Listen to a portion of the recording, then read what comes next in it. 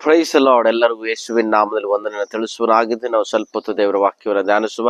ನಮ್ಮ ಸ್ವಲ್ಪ ಹೊತ್ತಿನ ನಿಧಾನಕ್ಕೆ ಕೀರ್ತನೆ 119 ಅದರ 43ನೇ ವಾಕ್ಯ ರೀತಿ ಹೇಳುತ್ತೆ, ಸತ್ಯವಾಕ್ಯವನ್ನು ನನ್ನ ಬಾಯಿಂದ ತೆಗೆಯಬೇಡ, ನಿನ್ನ ನ್ಯಾಯ ವಿಧಿಗಳನ್ನು ನಿರೀಕ್ಷಿಸಿಕೊಂಡಿದ್ದೇನೆ.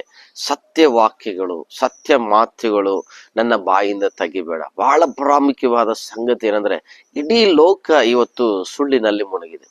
ಇಡೀ ಲೋಕದ ಜನರ ಮಾತುಗಳು ಸುಳ್ಳಿನಲ್ಲಿ ಮುಳುಗಿದೆ. ಲೋಕದ ಜನರ ಆಲೋಚನೆ ಸುಳ್ಳಿನಲ್ಲಿ ಮುಳುಗಿದೆ. ಮೋಸ, ವಂಚನೆ, ಅನ್ಯಾಯ, ಅಧರ್ಮ, ಈ ರೀತಿಯಾಗಿರುವಂತ ಲೋಕದಲ್ಲಿ ಇವತ್ತು ಪ್ರಪಂಚ ಏನಾಗ್ತಾ ಇದೆ, ಸಂಪೂರ್ಣವಾಗಿ ಮುಳುಗಿ ತಮ್ಮ ಜೀವನಗಳನ್ನ, ತಮ್ಮ ಬಾಳುಗಳನ್ನ ಏನ್ ಮಾಡ್ತಾ ಇದ್ದಾರೆ, ಹಾಳು ಮಾಡಿಕೊಳ್ಳುತ್ತೆ. ತಂದೆಗೆ ವಿರುದ್ಧವಾಗಿ, ತಾಯಿಗೆ ವಿರುದ್ಧವಾಗಿ, ಮಕ್ಕಳಿಗೆ ವಿರುದ್ಧವಾಗಿ, ಸ್ನೇಹಿತರು ಕುಟುಂಬಕ್ಕೆ, ಈ ರೀತಿಯಾಗಿ ಪ್ರತಿಯೊಬ್ಬ ವ್ಯಕ್ತಿಯೊಳಗೆ ಅಸತ್ಯವು ಅಡಕವಾಗಿದೆ, ಸುಳ್ಳು ಅಡಕವಾಗಿದೆ. ಆದರೆ ದೇವರ ವಾಕ್ಯ ಹೇಳಿದರೆ, ಸತ್ಯವನ್ನ ನನ್ನ ಬಾಯಿಂದ ತೆಗಿಬೇಡ. ಇವತ್ತು ದೇವರ ಮಗನೇ, ನಿನ್ನ ಜೀವನದಲ್ಲಿ ಒಂದು ಸತ್ಯವನ್ನ ನಿನ್ನ ಬಾಯಲ್ಲಿ, ನಿನ್ನ ಜೀವನದಲ್ಲಿ ಇಟ್ಟುಕೊಳ್ಬೇಕಾಗಿದೆ. ಸತ್ಯ ನಿನ್ನನ್ನು ಬಿಡುಗಡೆ ಮಾಡುತ್ತದೆ.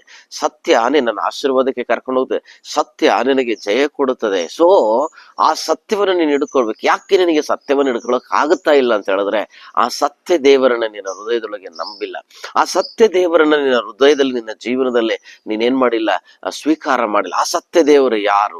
ನಾನೇ ಸತ್ಯವೂ ಜೀವವೂ ಆಗಿದ್ದೇನೆ, ಮಾರ್ಗವಾಗಿದ್ದೇನೆ ಎಂಬುದಾಗಿರುವ ಹೇಳಿರುವ ಯೇಸು ಕ್ರಿಸ್ತನಾಗಿದ್ದಾನೆ. ಆತನು ಸತ್ಯವಂತನಾಗಿರುವಂತ ದೇವರು. ಆತನನ್ನ ನಿನ್ನ ಜೀವನದೊಳಗೆ ನೀನು ನಂಬುವುದಾದರೆ ನಿನ್ನೊಳಗೆ ಸತ್ಯವು ಅಡಕವಾಗಿರುತ್ತೆ, ನಿನ್ನೊಳಗೆ ಸತ್ಯವು ನೆಲೆಯಾಗುತ್ತೆ. ಆ ಸತ್ಯ ಆಟೋಮೆಟಿಕ್ ಆಗಿ ನಿನಗೆ ಜಯವನ್ನ ಕೊಡ್ತದೆ. ನಿನ್ನ ಜೀವನದಲ್ಲಿ, ನಿನ್ನ ಕುಟುಂಬದಲ್ಲಿ, ನಿನ್ನ ಭವಿಷ್ಯತ್ತಿನಲ್ಲಿ, ನಿನ್ನ ಪ್ರತಿ ವಿಷಯಗಳಲ್ಲಿ ಸತ್ಯ ನಿನಗೆ ಜಯ ಕೊಡೋದಕ್ಕೆ ಸಾಧ್ಯವಾಗಿದೆ. ಇವತ್ತು ನಿನ್ನ ಬಾಯಿಯೊಳಗಿಂದ ಅಸತ್ಯವನ್ನ ತೆಗೆದುಹಾಕಿ, ಅಧರ್ಮವನ್ನ ತೆಗೆದುಹಾಕಿ, ಮೋಸವನ್ನ ತೆಗೆದುಹಾಕಿ, ಸತ್ಯವು ನಿನ್ನೊಳಗೆ ಅಳವಡಿಸಿಕೊಂಡು ಜೀವನ ಮಾಡೋದಕ್ಕೆ ನಿನ್ನನ್ನು ಬಿಟ್ಟು ಕೊಡುವುದಾದ್ರೆ, ಡೆಫಿನೆಟ್ಲಿ ಆ ಸತ್ಯ ನಿನ್ನ ಜೀವನಕ್ಕೆ ಜಯವನ್ನು ತರುವಂಥದ್ದಾಗಿದೆ. ಆ ಸತ್ಯನೇ ನಿನ್ನನ್ನು ಬಿಡುಗಡೆ ಮಾಡುವಂಥ, ಆ ಸತ್ಯನೇ ನಿನ್ನನ್ನು ಆಶೀರ್ವಾದಕ್ಕೆ, ಅಭಿವೃದ್ಧಿಗೆ ಕರ್ಕೊಂಡು ಹೋಗುವಂಥದ್ದು. ಆ ಸತ್ಯವೇ ಯೇಸು ಕ್ರಿಸ್ತನಾಗಿದ್ದಾನೆ. God bless you. ಆಮೆನ್.